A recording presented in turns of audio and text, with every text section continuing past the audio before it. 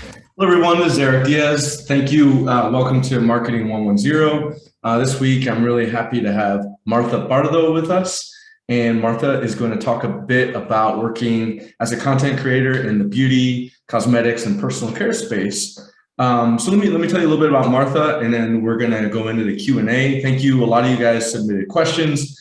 I can always tell when you're really interested in a speaker, and I got a lot of questions. So that means you guys are very interested. So that is great. So let me just jump right into it. So let me add somebody to the room. All right. So Martha is a influencer in the beauty, cosmetics, and personal care industry. She's been a content creator since 2017 with her account Wapas Forever. She also considers this a company, so she takes this very seriously.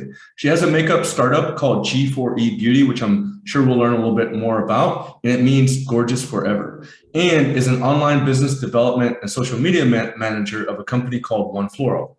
So a bit more about Martha. She was born and raised in Venezuela. She's a classical dancer and has lived in the US for 9 years after living in many places, including Spain, Mexico, and Colombia. She has worked with dance companies, modeling agencies, and has created campaigns on her Instagram channel with well-known brands, including Google, Got2b, ShoeDazzle, Tecate, and Samsung.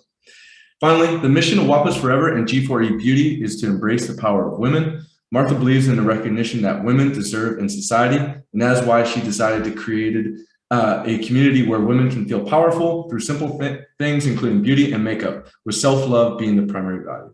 So Martha, thank you again for being part of the class today. No, thanks to you, Eric. Thank you for having me right here. I'm very, very excited to be here. Of course. So let's hop right into it. So my first question is, tell us, how did this all start? Tell us how did you get into this? When did you, we know you started, your Instagram channel has been around for a while. How did this all begin? Yes, well, 9 years ago, I found Twitter, and that was my first social media profile. I was in a very dark place personally, so I need to find a way to communicate with people and create a community. So I started writing beauty tips in like 7 words. I don't remember because Twitter now is different, but it was very difficult, but at the same time, very exciting because in a short period of time, I had the opportunity to gain a lot of followers on Twitter. And then I started the Instagram and I put my image on the Instagram. So I showed myself to the world. And it was amazing. And it's been quite a journey. But yes, I'm here and I'm so happy because this giving me life. Wapas Forever for me and G4E Beauty, my brand is pure light for my life.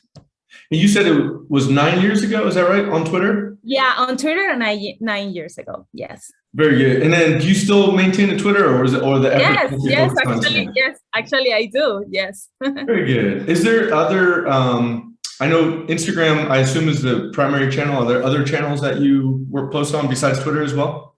Yes, I use Facebook and Pinterest. I think Pinterest is amazing for me and for content creators.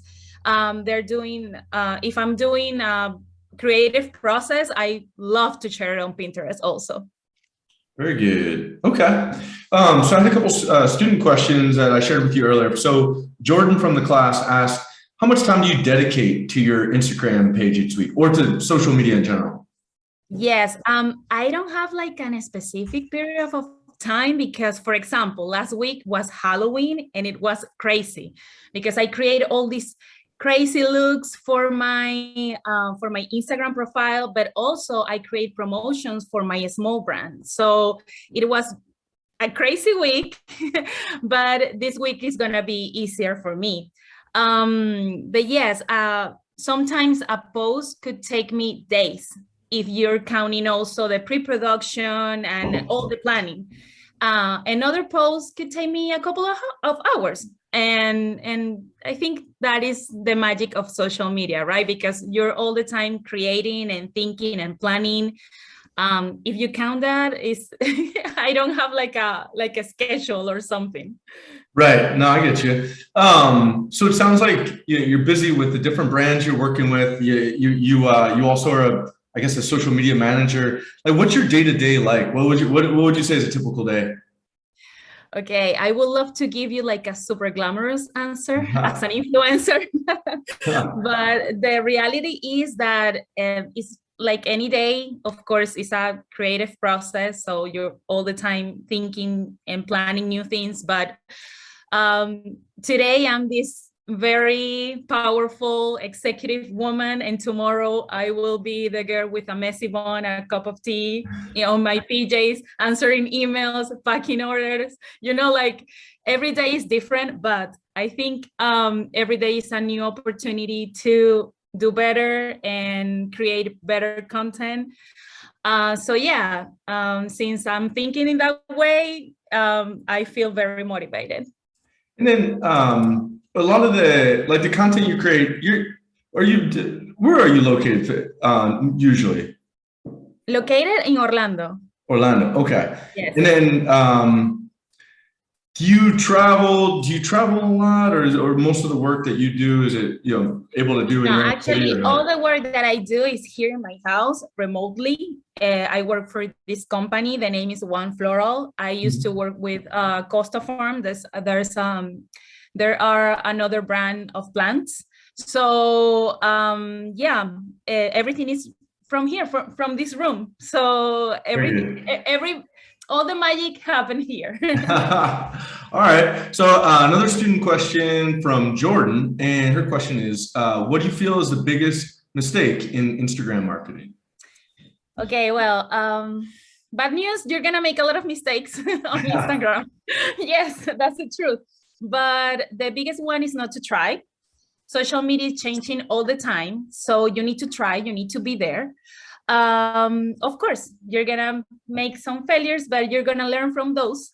And everything is gonna be better after that. You're gonna learn from the experience, and yeah, everything is gonna be good because you know what could happen in the future.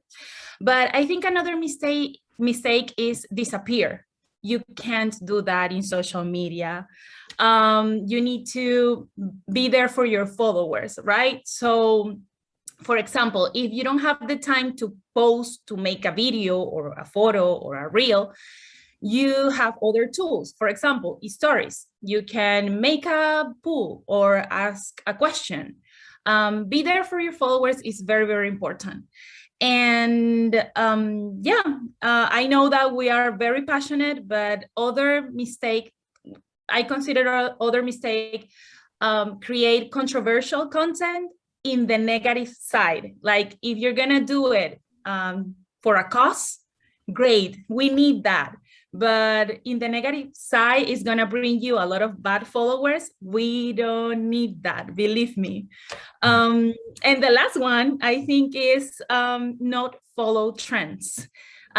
It's something that you need to do. I know it's very difficult because you don't want to do the same thing that others are doing right now, but it's an opportunity to show your product. People love to see the same content over and over again. So you can show your product with a viral audio, or maybe make a little dance or something, because yeah, it's an opportunity for you to show your client your product or yourself.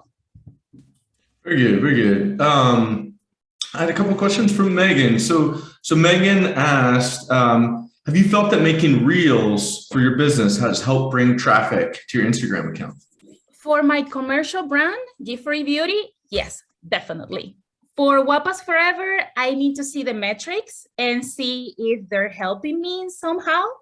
But for G-Free Beauty, yes, for sure. Now, I think reels are another way to entertain people.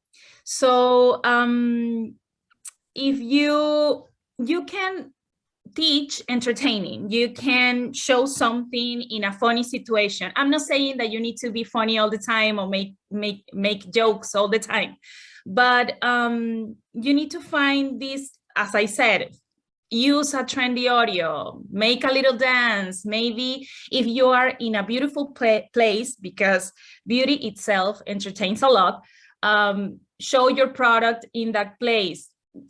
everything is about entertaining right now, and we need to use that tool because Instagram is giving it a lot of priority. Got it. Okay. Very good. And then another question from Megan was, what's one thing you would do differently if you started in your industry today?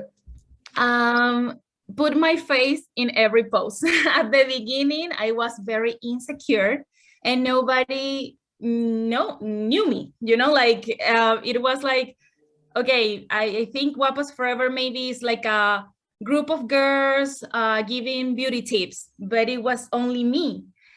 And then I started the Instagram and I put my face and it became the most successful profile that I have. So I think that's very important. People love to see other people.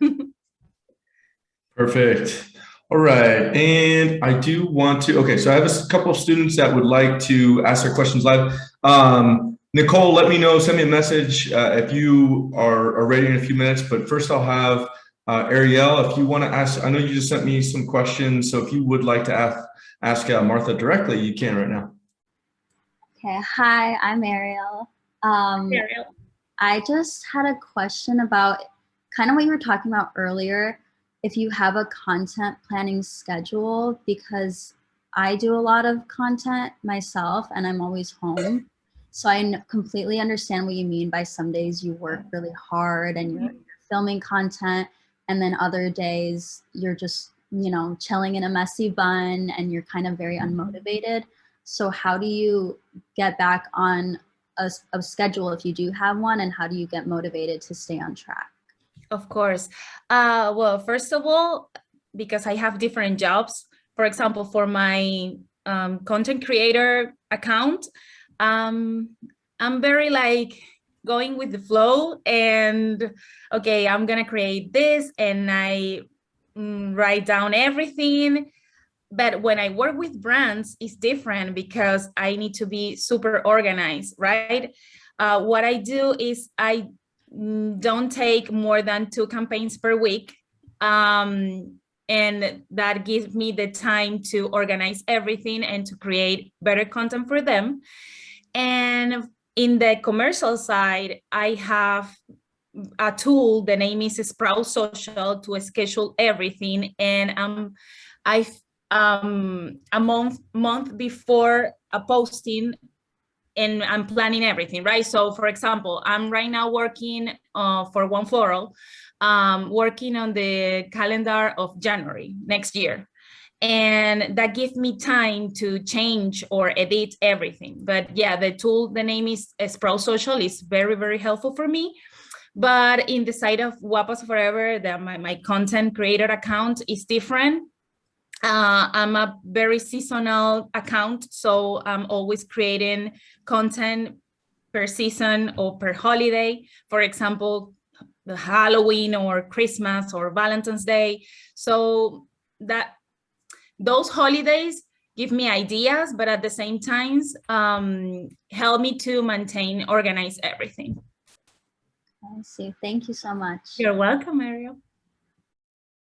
All right, Dee, if you would, you submitted some questions on the Canvas platform. If you would ask Martha, that'd be great. Hi. So my question is, so in the middle of all like beauty influencers and fashion influencers, how are you working to mark your name? Wow, that's a very difficult question. Yeah, wow. I think the name is about community. It's not my name, actually. It's about a community. So because I think women and all the people needs to be together, supporting each other. So yeah, I think that's the difference between me and other content creators. Starting with the name, my name is about a community. It's Gorgeous Forever, like all together in the same place. And I think brands love that, right? Because it gives me, I'm so sorry guys, I'm not, my first language is not English, it's Spanish, so sometimes I can say something wrong and I'm so sorry for that. But what I'm saying is, I think that's my different part of the content creator side, right? My name is about a community, and right now everything is about that. Did you have another question as well? Yeah, so my other question is, so you are working with different brands and you should like make a post for each company like every week. So based on what you prioritize a brand over the other one on your weekly posts? Okay, for example, I accept only brands that show or share about the same values that I'm sharing right now in social media. I think that's very, very important. I have a lot of emails every day looking for content creators and asking for posts on my social media. But I'm very specific, and I'm trying to pick the best campaigns for my followers. So it's gonna be a win-win situation. For the brand, it's gonna be good because it's a brand that shares my values and also gives to the community a good product. And for my followers, it's gonna be great because they can find a good product from that brand, right? So yes, I think I'm doing that all the time. I'm not you're not gonna see me doing I don't know, French fries campaign. I'm not gonna do that. I stick to my topics, and all that I do in my social media is related to what I'm talking about: self-love, beauty, makeup, and yes. Thank you. You're welcome. I've got a couple of questions, Martha, from Diana. She sent these in. So she said, when do you think you broke through the success of like wanting to be a content creator versus where you felt like you actually are a content creator? Okay, I'm gonna tell you the truth. I never want to become a content creator because I just wanted to have a place, a secure place where I can share my ideas and talk to people and create a community. Then something magical happened, and a brand sent me an email asking me for a post and paying me for that. And it was like, okay, now this is getting serious, you know?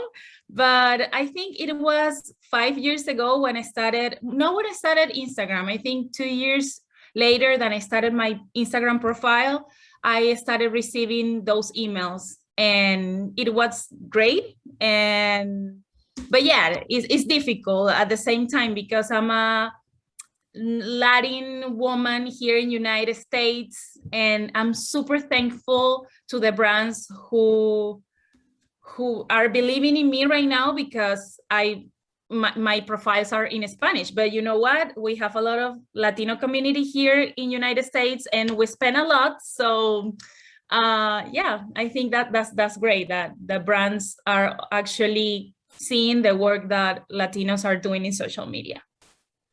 That's great. Talking about content. So Martha, as I mentioned to you the other day, all the students in the class, they have a fictitious business, and some of them actually have their own real businesses. And so as part of the class, they're launching Instagram pages and they're creating content. So every week they're posting stories, posts, they're going to be doing reels, they're going to be doing all the different things, right? That's great. So for you, what would you say, what was the key for you in gaining followers and people liking your content? Like, how did that start happening, I guess at a greater extent? Okay. As I said before, people love to see other people. For example, if you have a product, you can put a hand or a pair of eyes or maybe someone behind the product, and people is gonna connect to that type of content, right? So that happened to me on my brand and also in Guapas Forever. You need to talk to the people, be close, create a community. That's a goal that you need to have. And maybe you're thinking, well, I have a brand, I can't create a community. No, you can, because if you see Nike, for example, they have a community, and they returning to the stores all the time, buying their products because they have a community. And I think that's very important, and you can do it on your social media. But you need to be there, and you need to try and make mistakes sometimes. But yeah, that's the key. Show people, show yourself. That's the key to the success of those amazing brands that you're creating in your class. Very good, very good. Let's I want to transition a little bit. Let's talk a bit more about so working with brands. Let's talk a little bit more about that. Okay. Yeah, tell us any stories that you have about good or bad experiences, or a most memorable client you've worked with, any of those. Wow. Yes. Well, at the beginning of this year, I had the opportunity to work with Google, and it was amazing because I had the opportunity to work with them in a new, it's not a social media, but it's like a new feature that they have. The name is Cameo or Cameo. I don't know how to pronounce it, but it's very interesting because it's like you're combining Yahoo questions with TikTok. It's something like that. It's like a mix. It's very, very interesting. And I had the opportunity to work with them. And actually, I went to a meeting with the creative team, and it was like a really, really good experience for me. Also, of course, Got2b has been amazing with me, and thanks to you, Eric, and Nativa, of course. Actually, they give me the opportunity to make a statement on my account because I changed my hair color to pink, and everybody's asking right now when I'm gonna go back to the pink hair. But yeah, it was a very good campaign for me also. Bad experiences, yes. I think I'm gonna share just one. It was 2 years ago with a IPL device brand. They asked me for my rates. I sent everything. They said everything is good, we're gonna do it. We need two videos, 2 photos, blah blah blah.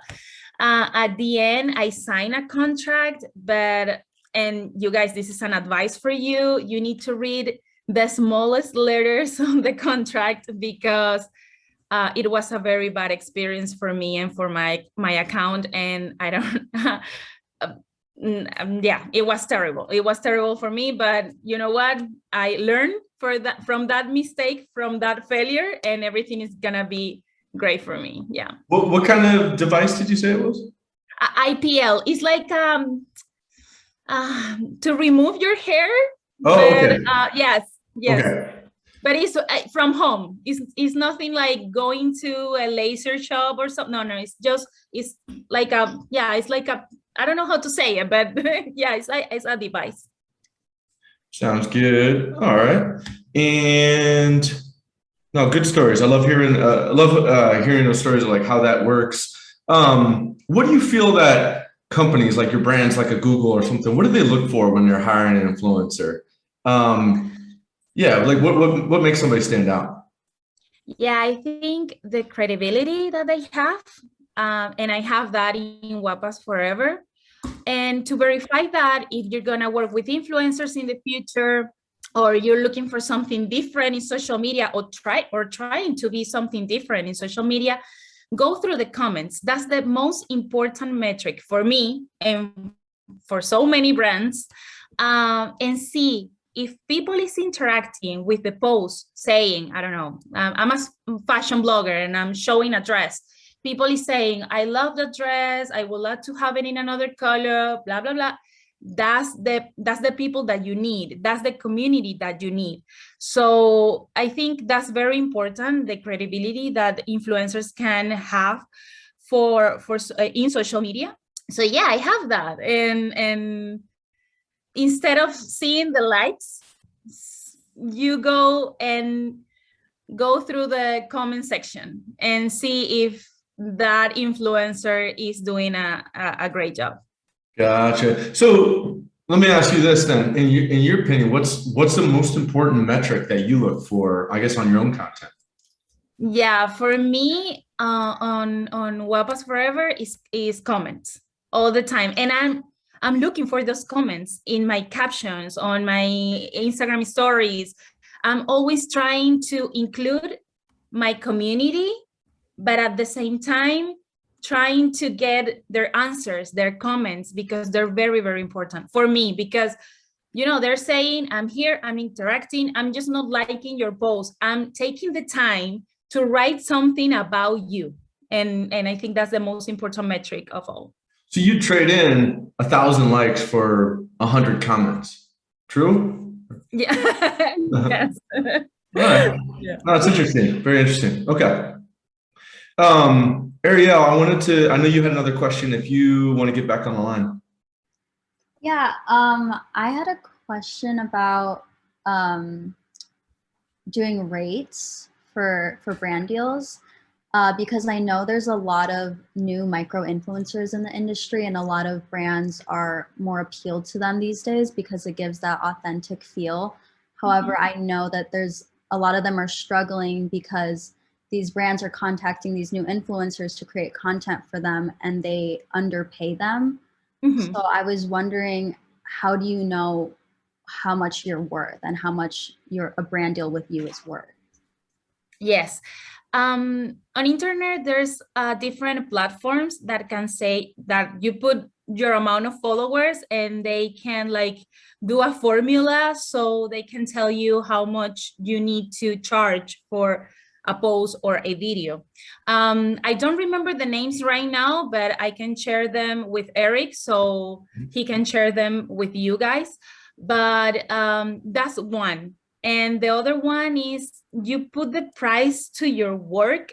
If you see that a post is going to take you so much time, so you can charge per hour or I don't know, I know it's very difficult because it's a creative process. It's not, oh, I'm going to take a picture or I'm just going to make a video. No, you're going to plan, you're going to write and everything. So it's a really difficult part of being a content creator.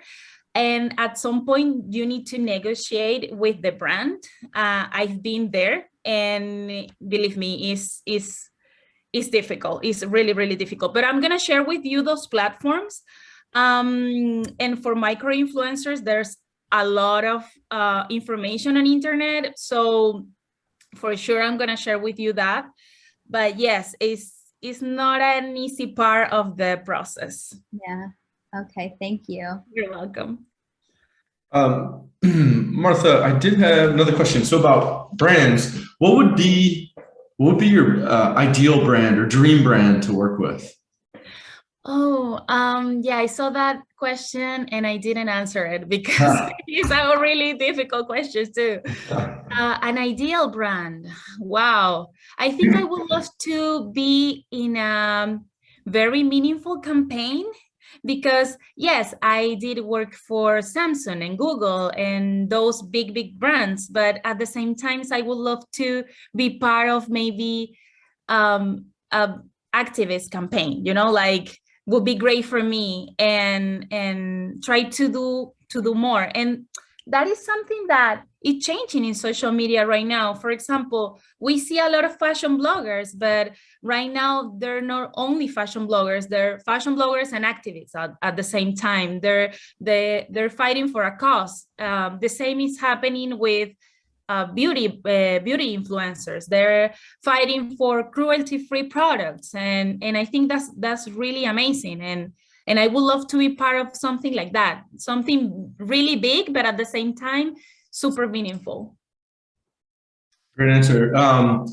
Brands that want to work with you, brands, agencies, if they want to reach out to you, what's the best way for them to do it? Through email or Instagram. Actually, I receive a lot of DMs, and I'm surprised because since last year, I've receiving those DMs from big brands, and I was like, yeah, and for me makes sense, because an influencer with a large amount of followers for sure is going to receive thousands of emails every day. So yeah, DMs, I think maybe it sounds like unprofessional, but I think it's another way to contact the influencer. So in a way, you're saying like the DM is more effective. DM, yes. Yeah, because there's too much email spam. So DM, Yes. yeah. Okay. Yes. And you know what? On this the 3 last months of the year, you're receiving a lot of spams and scams also. And be careful because, for example, today I received 3 weird links. So they're, if you click on them, they can get your information, and you don't want that. You mentioned some software like Sprout Social. Is there other, just curious, for anybody that's using social media, trying to grow their platform, is there other software, any other platforms that you recommend for small companies or influencers? Of course. Yes, actually, I use Canva a lot. So I think it's a very good tool and it's very cheap. So for people that is starting a new business or wants to be a content creator, that's a great tool. I use Sprout Social. I'm in love with the platform because it gives me metrics that I can find on the social media profiles. So it's amazing for me and for my work because I need to do reports all the time. And yes, other platforms. Actually, I used to use a platform for influencers. The name is Uplines. They work really well. If you're looking for a specific influencer in a specific place of the country, you're gonna find them through them. What was that called again? Uplines. Uplines. Okay. Yeah, that's it. Mm-hmm. Yes. Any other ones or no? I was just curious. If I have, for sure. Planoly is another one. It's very good, and they have beautiful templates. But yes, those are the platforms that I'm using right now. And of course, each platform, each social media profile, they also have these amazing tools that you need to use because they're there to use them. Right. Very good. I have some questions about some of the products in particular. Actually, Nicole from the class sent these in. So she asked, do you think it's harder for an entrepreneur to start an organic, cruelty-free skincare brand than it is for them to start an ordinary skincare brand? Yeah, well, organic and natural and cruelty-free are beautiful words, but some brands, I'm gonna tell you the truth, some brands are lying to you right now. So yes, the truth is that when you create a brand, you need to find the best ingredients and everything, but at the same time you need to reduce costs so you can sell the product in a affordable price so people can engage with the product and buy your product. But yes, it's impossible to say this product is 100% cruelty free. It's almost impossible. Or organic or supernatural. But those are beautiful words. As I said, brands are using those words like a poem for their brands. So yes, for sure, people is looking for that, because if you search skincare on Google Trends, those words, they're gonna appear on the first page because people is asking for them, and it's a trend right now. And yes, I think regular brands right now are transforming and trying to be more self-conscious and organic and cruelty-free and all that stuff. But believe me, I'm working in this industry, and a product could be organic, natural, no parabens, cruelty-free, blah blah blah, and at the same time you put it on your skin and it's gonna be so bad for you, right? So it's a very difficult topic to talk about, but yes, I think those words are amazing, and if you're gonna use them on your product, great, but you need to secure that those ingredients are gonna be organic, natural, and cruelty-free. Got it. Okay.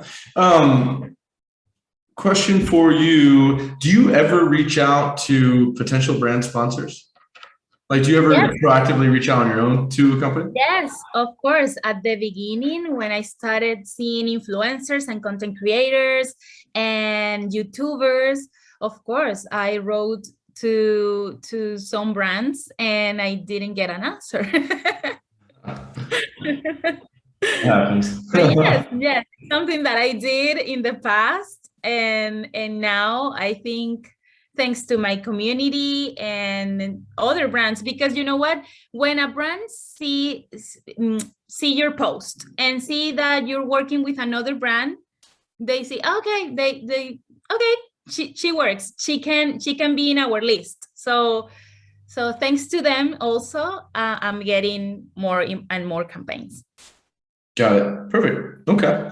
Very good. So getting towards the end of the questions here. So just a few that kind of outside of the scope of like working for a brand. So just like, how do you, now that you have a couple different kind of personas, is like, who you work for, like a company you work for, and then also your Wapas Forever. So how do you, if you're in a quick conversation, or what we call elevator conversation, how do you describe yourself in 30 seconds? Well, I think I'm a very creative person. I'm an artist, so that's very helpful at in the moment to create content.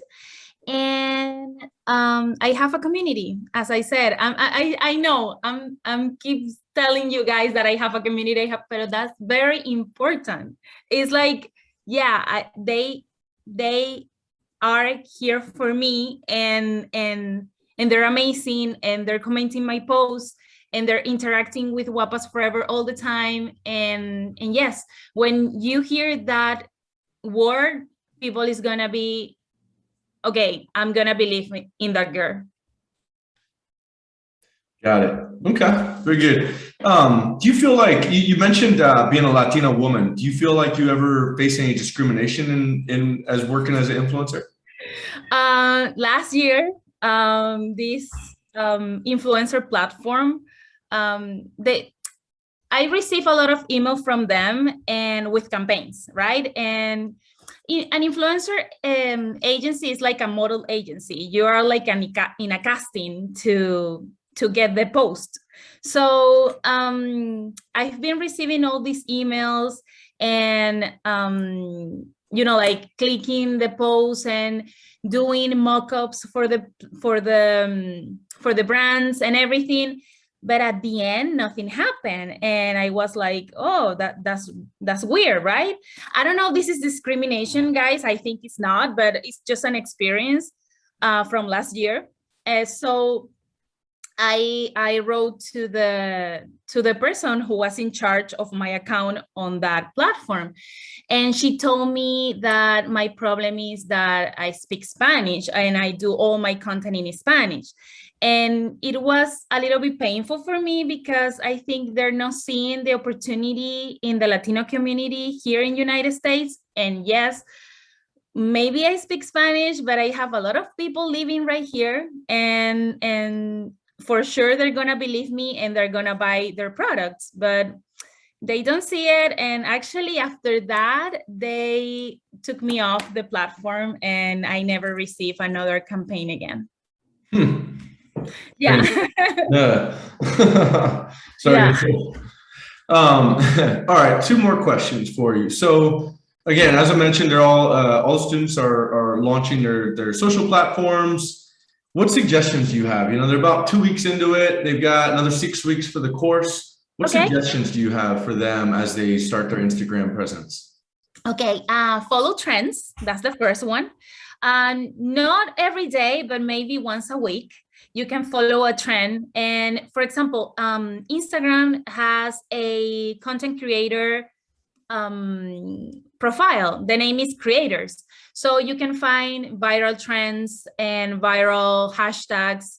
So you can check on it and see what they're doing. So you can maybe do something similar with an audio that is trendy right now to your brand, to your product. That's the first one. And the second one, please don't disappear. I know it's difficult creating content all day, every day, I know, but try to do this, make stories, put highlights on your account, share your content on your own account, and please tell the people, please share my content, because we need that. Remember that you're competing with a lot of accounts at the same time. Everybody's making posts every second. So you need to stand out and be different, follow trends, don't disappear.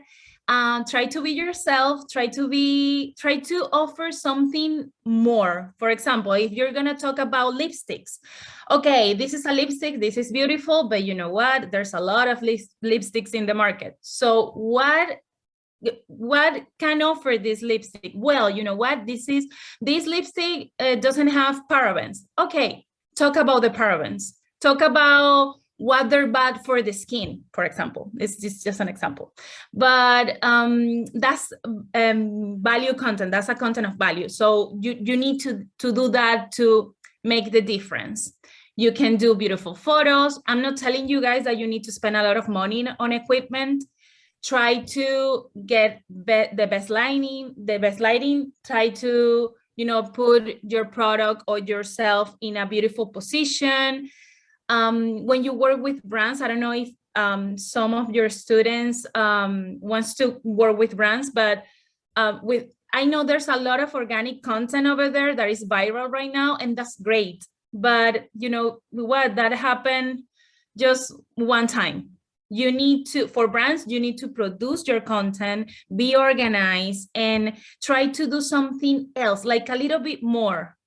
For example, GoToBe, I'm gonna use our example. GoToBe, they asked me for a photo, so I wrote. I don't remember if it was you, Eric, or Joshua. I think is the name of the other person. I wanna give GoToBe a video of putting the hair dye on my hair, right? So they love the idea, and like trying to do something more to be different. Gotcha. Yeah. Just going above and beyond, not just doing like the minimum ask, but yeah, can I do that? Okay. Kind of stand out. I got you. Very good. Very good. And then most of the students in the class, final question for you, just like final tips for college students kind of figuring out their future, like any suggestions? Most of the students, will be graduating or transferring to a bigger school within 2 years. Any final tips for college students? Well, stick to your ideas, believe in yourself. I know sometimes can be difficult because we're seeing a lot of content in social media, and sometimes we think that we're not doing our best, but yes, we do. So please believe in yourself, try to do your best, and don't worry about mistakes. Yes, you're gonna make them, but you're gonna learn about from the failure, and it's gonna be great for you. But you need to be constant and be there and think about in a community and try to be different somehow. And I think you can achieve that being yourself. Great advice. Martha, this has been excellent, amazing. I really appreciate all your time. And it was very inspirational to have you on the class. So thank you. No, thanks to you. And hopefully those tips and answers will be helpful for your students.